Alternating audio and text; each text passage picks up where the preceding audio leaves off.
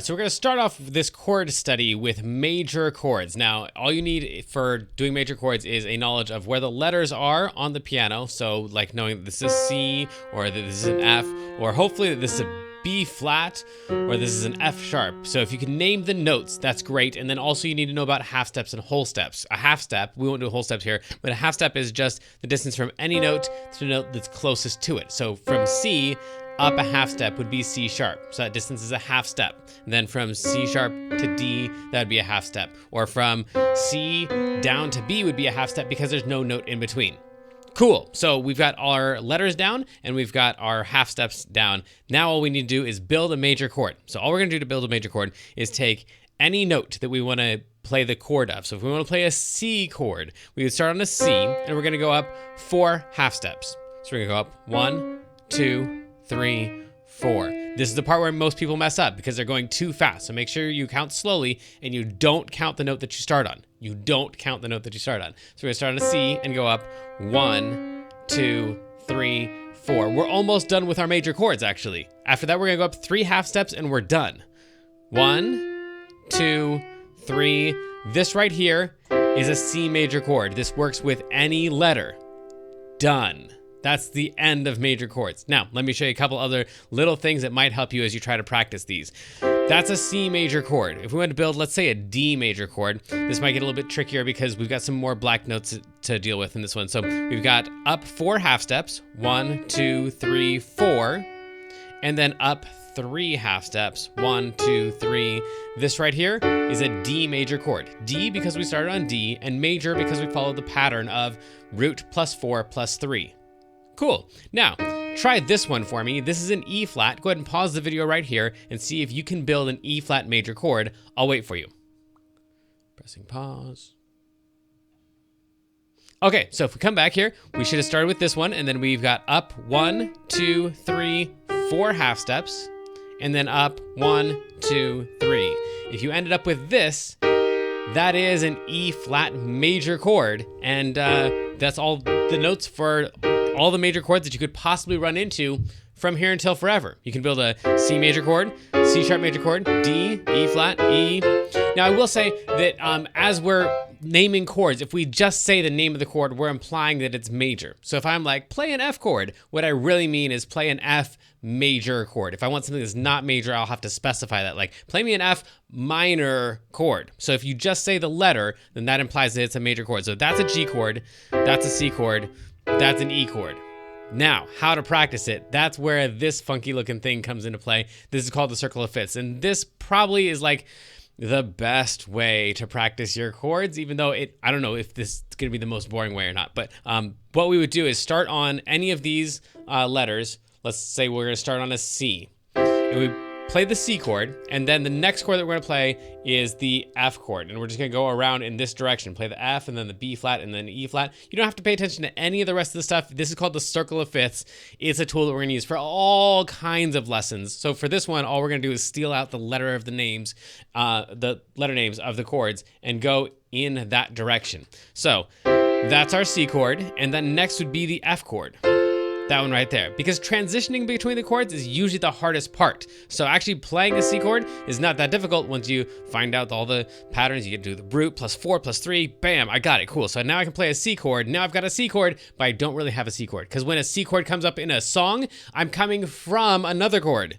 And so transitioning from whatever that chord was into the C chord is going to be the difficult part. So practicing transitioning chords is a big deal. And then we want to go from our C chord to our F chord. For example, the truth is it doesn't really matter what chord you go to next, as long as you're practicing transitioning chords. That's the important part. But this will get you through all of them, so you'll have practice with all of the chords and make sure you're not missing any. So a C to an F to a B flat to an E flat. Now, what we want to do next is probably give ourselves some kind of timing. I would recommend 4 beats on each one of them. So something like this, counting out loud, trying to keep it consistent. 1, 2, 3, 4, 1, 2, 3, 4, 1, 2.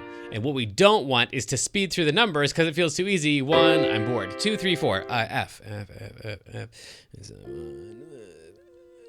1, 2, 3, 4. that's not gonna work. That's not gonna sound all good in a song. So you want to practice trying to keep all of your numbers consistent. 1, 2, 3, 4, 1, 2, without any in between. Like 1, 2, 3, 4, 1. If you hear that sound, if you hear yourself making that sound, it means it was not smooth, and we need to go back and try that again. Probably not by trying to go faster, because your hand can't go faster. Have some grace for your hand. It's already going as fast as it can. What you need to do is slow down your counting. 1, 2, 3, 4, 1, 2, 3, 4, 1. And if you get there early, don't speed up your counting. So don't go 1, 2, 3, 4, 1, 2, 3, 4, 1. So if you get there early, if you get there late, no matter what happens, you got to, those numbers have to be all the way consistent. So going through the circle of fifths, that's the best way. Might be the most boring way, I don't know, but at least that way you practice all of your chords and you make sure you're not missing any of them. There are some other ways though. You could go to this chart right here, and I will go through these slowly for you. You could go through this chart right here and practice playing these all in a row. So this is major chords, the letter names of each of these, so you wouldn't even have to build them. You could just like look at this chart and then it'll tell you how to build the chords. So it's kind of cheating, but a C and an E and a G make up the C chord. So a C and an E and a G.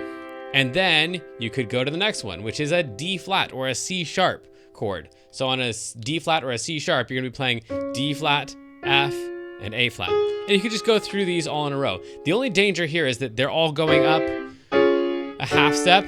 So then at some point, it might be too easy to transition because your fingers will just get used to like bumping over and bumping over and bumping over. So at that point, you're not really engaging your brain, but you should be able to at least do that. So try that, and if it ends up being way too easy, cool, move on to a different method. Probably the only other method that I would recommend here is if you go to this chart right here, and I'll pull this up so you can see it, and you can just steal off of this chart, and you don't have to download anything else.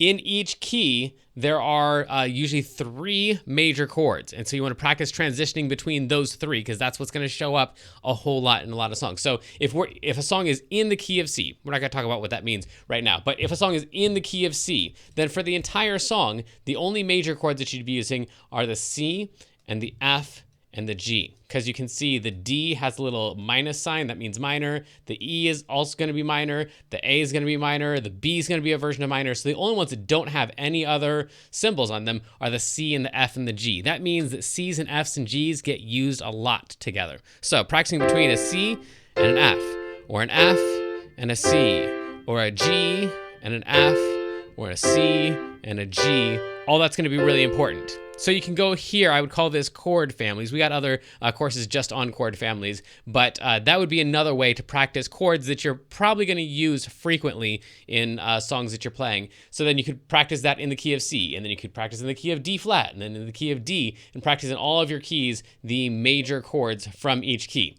So there's 3 different ways to practice those, with the circle of fifths, or just down through this chart here. And I'll go slowly through this chart too, so you can just pause the video on these sections in case you don't want to download this on your own. So you can go through this thing, but the only danger of this one is that you're gonna have your hand's gonna end up getting used to the pattern probably. And so then it doesn't do you as much good. So then you'd want to practice using your chord families. So we'll do this right here. So you can see all these. You don't have to download anything. You can just pause the video wherever you need to and get your chord families. So 3 different ways to practice those. And then once you have that down, whatever method you're using to practice your chords, then you're gonna want to eventually probably throw in your left hand. And we're just gonna play the roots of the left hand. So the root of a C chord is a C. So we just play the root down here, maybe down here. I think it sounds cooler when it's lower. So the C chord with a C down here. And then if we're using the circle of fifths, we'd go to an F. 2, 3, 4, 1, 2, 3, 4, 1, 2, 3, 4, 1, 2, 3, 4. And if you get really daring, then you could even pulse the chords in your right hand. And we've got other courses just on like how to, we call this comp or comping, how to comp through your chords. But you could just try, instead of counting 1, 2, 3, 4 with your mouth, you could count 1, 2, 3, 4 with your hand. So 1, 2, 3, 1, 2.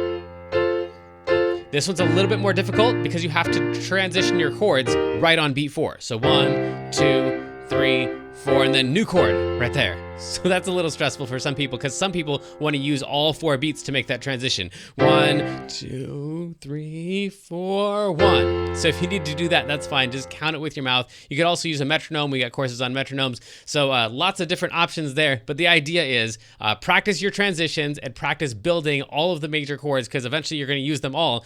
Until next time, go explore, mess up, have fun, good luck, rock on.